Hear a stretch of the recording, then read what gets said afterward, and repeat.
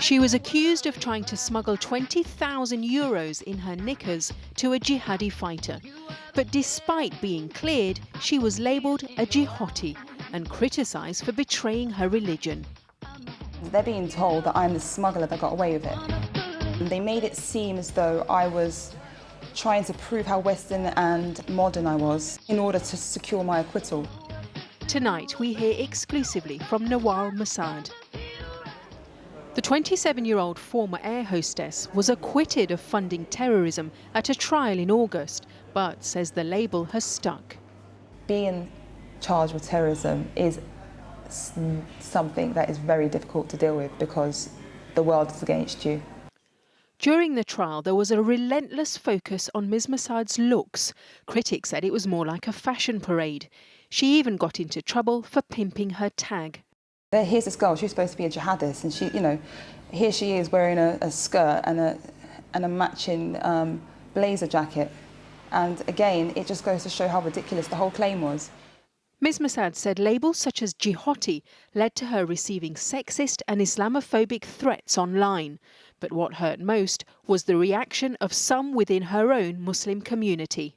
I was getting attention from the Muslim community, people who are actually really bothered by the way that I dress and sending me messages, basically telling me that I should cover up. There are some people who say you brought the attention on yourself because of the way you dressed every day, what you turned up to court in, the different outfits that you wore. We're living in a free country. I should be able to wear what I want. I believe that I dress modestly.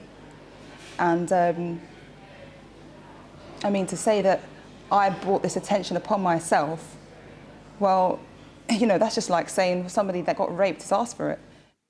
When she was arrested at the airport in January, the money was found tucked into her leggings, not her knickers. She'd been asked to take it to Turkey as a favour by her friend, Amal El-Wahabi. But the police said it was intended to fund her friend's husband, Ain Davis, who they believed was fighting jihad in Syria. El-Wahabi claimed the money was to set up a new home in Turkey and that she only agreed to help her husband because he was threatening to take a second wife. Amal El-Wahabi wept silently in the dock today as she was sentenced to 2 years and 2 months in prison. The judge told El-Wahabi that he accepted she'd committed her offence because she was infatuated with her husband. Do you wish you had asked more questions about that money? Definitely. What I will say though is that I'm from an ethnic background and we have this cash culture. People from ethnic backgrounds do tend to take money abroad back home. It is not unusual. Do you feel that Amal was wrongly convicted then? She's not the first woman to be, madly in love with someone and to basically do things out of desperation.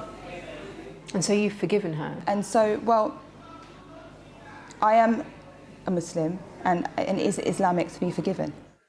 El-Wahabi told the jury she preferred watching Corrie to jihadi. Her own barrister described her as a weed-smoking kafir. Her husband had sent her pictures of himself posing with a gun, but it has never been proven which group he is fighting with. Did you have any idea what he was doing in Syria?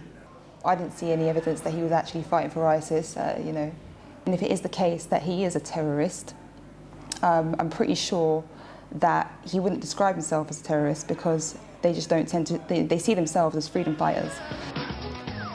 Ms Mossad will now concentrate on her music career and campaigning for the rights of women in prison. Darshana Soni, Channel 4 News.